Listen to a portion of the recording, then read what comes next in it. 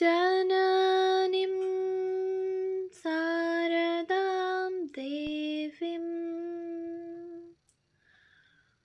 রামকৃষ্ণম জগদ্গুরুম পাদপদ্মে ত্বয়োশ্রিত্वा প্রণমামি মুহুর্মুহু। পূজনীয় স্বামী লোকেশ্বরানন্দজি মহারাজের সম্পাদনায় রচিত শতরূপে সারদা গ্রন্থ থেকে পাঠ, পৃষ্ঠা সংখ্যা 451। লোকশিক্ষায় শ্রী মা। মায়ের ডাকাত বাবার কাহিনীটি কার না জানা। সন্ধ্যার অন্ধকারে একা সারদা মুখোমুখি হলেন সেই ভয়ঙ্কর ডাকাতের সঙ্গে, যে লোক অনায়াসে নাকি মানুষ খুন করতে পারে। মা ভয়ে সংজ্ঞা হারালেন না, আর্তনাদ করে উঠলেন না, একান্ত বিশ্বাসের নম্রতা নিয়ে তার কাছে শরণ চাইলেন। বললেন, বাবা, আমার সঙ্গীরা আমাকে ফেলে গেছে, আমি বোধহয় পথ ভুলেছি, তুমি আমাকে সঙ্গে করে যদি তাদের কাছে পৌঁছে দাও।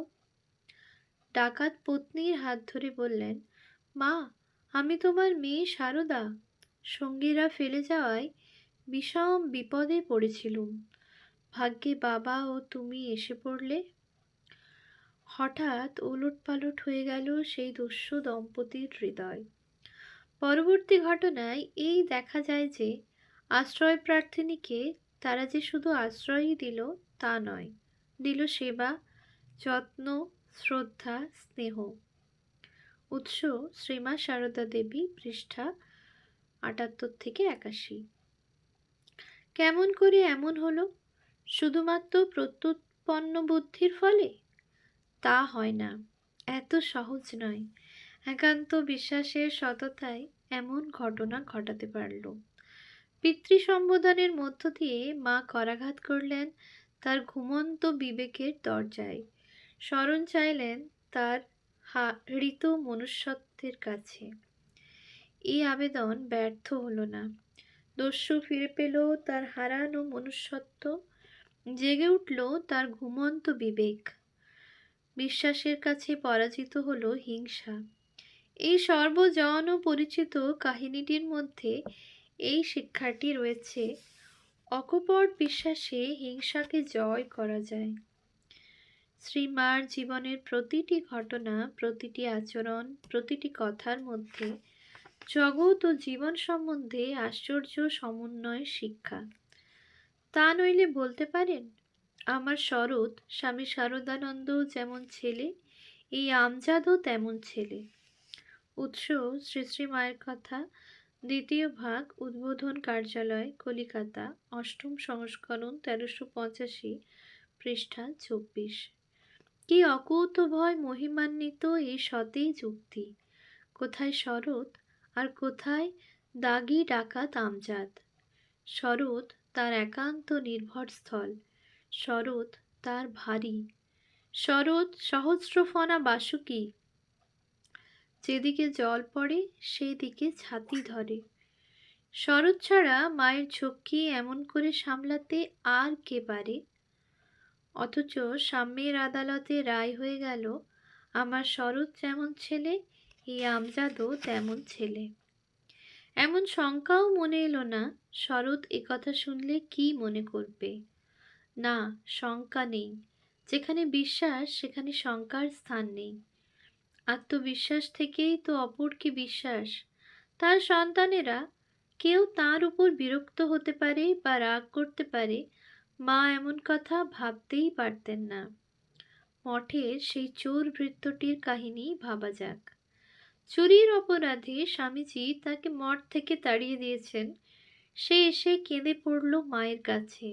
সহানুভূতি ভরা মাতৃ হৃদয় স্থির থাকতে পারল না। বাবুরাম মহারাজকে ডেকে বললেন, দেখো বাবুরাম, এই লোকটি বড় গরিব, অভাবের তাড়নায় ওরকম করেছে, তাই বলে নরেন ওকে গালমন্দ করে তাড়িয়ে দিলে? সংসারের বড় জ্বালা। তোমরা সন্ন্যাসী, তোমরা তো তার কিছু বোঝো না।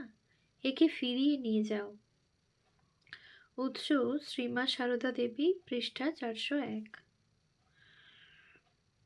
এখানেও মায়ের মনে এলো না নরেন রাগ করবে কিনা, অথবা নরেন আমার কথা রাখবে কিনা। এমন সহজ নিশ্চিন্ততা আসে শুধু ভালোবাসবার অসীম ক্ষমতা থেকে। আজকের যুগে ভালোবাসার সঞ্চয়ে ক্রমশই যেন দেউলে হয়ে যাচ্ছে, হারিয়ে ফেলেছে ভালোবাসবার ক্ষমতা।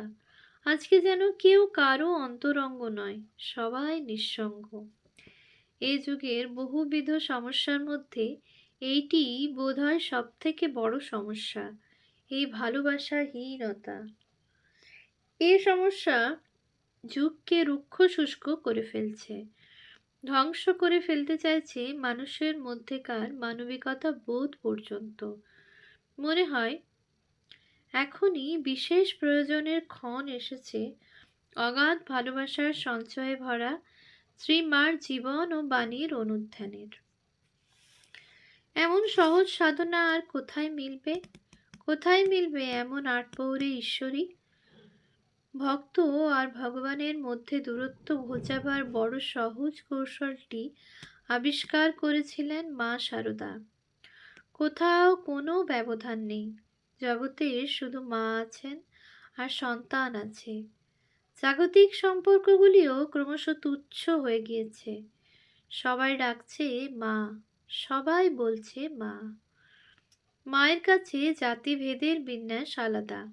তার কাছে ভক্ত একটি বিশেষ জাত, আর সেটি খুব উঁচু জাত। ভক্তরা আসবে, ভক্তরা খাবে, ভক্তদের কষ্ট হচ্ছে, এই নিয়ে তার ব্যস্ততার শেষ নেই। জাতি বর্ণ নির্বিশেষে ভক্তদের এঁটো পরিষ্কার করতেও দ্বিধা ছিল না তাঁর। সে যেন ভক্তদের প্রতি ভক্তিরই প্রকাশ। কিন্তু আচারপরায়ণা নলিনীদি বলতেন, মাগো 36 জাতের এঁটো পুড়ুচ্ছে। মায়ের অনায়াস উত্তর, সব যে আমার, 36 কোথা। উৎস শ্রীমা সারদা দেবী, পৃষ্ঠা 389। হ্যাঁ, সবই তার। ভক্ত তো বটেই, অবোধ অজ্ঞান। মাঝে মাঝে মা খবরের কাগজ পাঠ শুনতেন। তখন স্বাধীনতা আন্দোলনের কাল, রাজনৈতিক নির্যাতন, বিশেষ করে মেয়েদের ওপর অত্যাচার শুনলে ঠাকুরের ছবির কাছে গিয়ে ক্ষুব্ধভাবে বলতেন, এসব কি হচ্ছে? উৎস শ্রী শ্রী মা শারদা, স্বামী নিরাময়ানন্দ, শ্রী শ্রী মাতৃ মন্দির, জয়রামবাটি, সপ্তম সংস্করণ, 1383, পৃষ্ঠা 79। অথচ কেউ ইংরেজদের সম্পর্কে ঘৃণা প্রকাশ করলে বলতেন, তারাও তো আমার ছেলে। উৎস শ্রী শ্রী মায়ের কথা, দ্বিতীয় ভাগ, পৃষ্ঠা 184। তার বাণী তার জীবন। মালা ছেঁড়া মুক্তোর মতো অজস্র অমূল্য বাণী ছড়ানো রয়েছে শ্রীমার নিত্যদিনের প্রতিটি সহজ কথার মধ্যে। যে বাণীর অন্তর্নিহিত তত্ত্ব তাঁর আপন জীবনের প্রতিটি পদক্ষেপে, প্রতিটি নিঃশ্বাস প্রশ্বাসে মূর্ত হয়ে প্রকাশিত। নারী পুরুষ গৃহস্থ সন্ন্যাসী সকলের জন্যই ছিল তাঁর পথ নির্দেশের শিক্ষাবাণী। সহজ সাধারণ ঘরোয়া কথার মধ্যে জীবননীতির কি অসাধারণ মন্ত্রগুলি রেখে দিয়েছেন তিনি। গ্রহণেচ্ছু মন নিয়ে সেদিকে তাকিয়ে দেখলে অনেক কিছুই পাওয়া যায়। মায়ের হিসাবে জ্ঞানী সন্ন্যাসী যেন হাতির দাঁত সোনা দিয়ে বাঁধানো, কিন্তু সন্ন্যাসীর রাগ অভিমান, সে যেন বেতের রেক চামড়া দিয়ে বাঁধা। উৎস শ্রী শ্রী মায়ের কথা, দ্বিতীয় ভাগ, পৃষ্ঠা 192। শ্রী শ্রী সারদা দেবী ব্রহ্মচারী অক্ষয় চৈতন্য, ক্যালকাটা বুক হাউস, কলিকাতা, অষ্টম সংস্করণ, 1388, পৃষ্ঠা 195। অনেক সন্ন্যাসী সন্তানের রাগ অভিমানের ধাক্কা মাকে সইতে হয়েছে সন্দেহ নেই, সেদিক থেকে তুলনাটি তাৎপর্যপূর্ণ। তবে মা সেই রাগ অভিমানের সম্মানও রাখতেন বই কি। মা সকলেরই সম্মান রাখতে শেখাতেন। কেউ উঠোন পরিষ্কার করে ঝাঁটাটি ছুঁড়ে ফেলে রাখছে দেখে বলে উঠলেন, ও কি গো, যার যা মাননি তাকে সেটি দিতে হয়, ঝাঁটাটিকেও মাননি করে রাখতে হয়।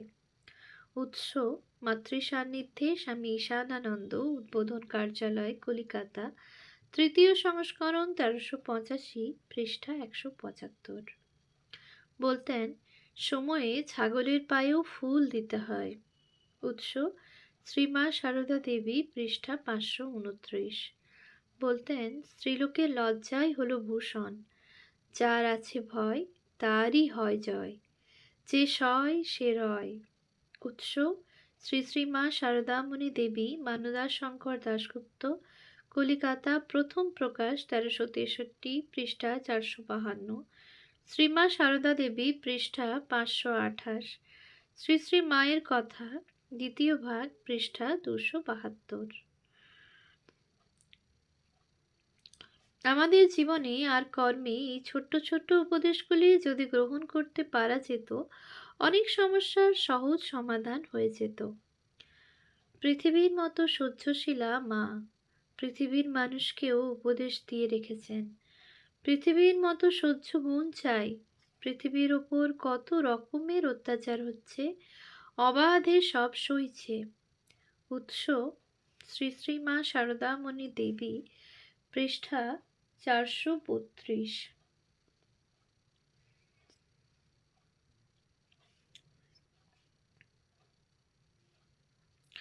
সন্তোষের সমান ধন নেই, আর সহ্যের সমান গুণ নেই। উৎস মাতৃ সান্নিধ্যে, পৃষ্ঠা 228। মানুষ শান্তি শান্তি করে পাগল হয়, কিন্তু নিজেই অশান্তি সৃষ্টি করে। মা এই অবস্থা থেকে উদ্ধার হবার একটি সহজ পথ বাতলে দিয়েছেন। যদি শান্তি চাও মা, কারো দোষ দেখো না, দোষ দেখবে নিজের। উৎস শ্রীমা সারদা দেবী, পৃষ্ঠা 556। সকলের ওপর সমান ভালোবাসা হয় কি করে জানো? যাকে ভালোবাসবে তার কাছে প্রতিদান কিছু চাইবে না, তবেই সকলের ওপর সমান ভালোবাসা হয়। উৎস মাতৃ সান্নিধ্যে, পৃষ্ঠা 228। অধিকারী অনধিকারী নির্বিশেষে সব ভক্তদের সর্বদা একই আক্ষেপ, ভগবান পেলাম না, ভগবান পেলাম না। তার উত্তরে মা বলেছেন, ভগবান লাভ হলে কি আর হয়, দুটো কি শিং বেরোয়? না, মন শুদ্ধ হয়, শুদ্ধ মনে জ্ঞান চৈতন্য লাভ হয়। উৎস শ্রী শ্রী মায়ের কথা, দ্বিতীয় ভাগ, পৃষ্ঠা 171। নির্বাসনা মা বলেছেন, বাসনাই সকল দুঃখের মূল। ঠাকুরের কাছে যদি কিছু চাইতেই হয় তো নির্বাসনা চেয়ে নেবে। উৎস শ্রী শ্রী মায়ের কথা, দ্বিতীয় ভাগ, পৃষ্ঠা 214। অথচ নিজেই রাধুর অসুখে দেবতার উদ্দেশ্যে পয়সা তুলে রাখছেন দেখে কোনো কোনো ভক্ত মহিলা বলছেন, মা আপনি কেন এরূপ করছেন? মায়ের তৎক্ষণাৎ মীমাংসা, অসুখ হলে ঠাকুরদের মানত করলে বিপদ কেটে যায়, আর যার যা প্রাপ্য তাকে তা দিতে হয়। উৎস শ্রী শ্রী মায়ের কথা, দ্বিতীয় ভাগ, পৃষ্ঠা 314। গৃহদেবতা, কুলদেবতা, গ্রাম্য দেবতা সকলেরই যে কিছু প্রাপ্য থাকে এইটি উল্লেখ করে বোঝালেন। সকল সমস্যা আর সকল সংশয়ের মীমাংসা তাঁর কাছে। যেখানে যেমন সেখানে তেমন, যখন যেমন তখন তেমন। উৎস শ্রী শ্রী মায়ের কথা, প্রথম ভাগ, দ্বাদশ সংস্করণ, 1387, পৃষ্ঠা 123। জলে ইচ্ছা করেই পড়ো, আর কেউ ঠেলেই ফেলে দিক, কাপড় ভিজবেই। উৎস মাতৃ সান্নিধ্যে, পৃষ্ঠা 229। জোর করে জপের অভ্যাস করলেও জপ ও মন্ত্রের কাজটি হবেই কিছু। এমন কত কথাই অহরহ বলে গেছেন মা উঠতে বসতে চলতে ফিরতে।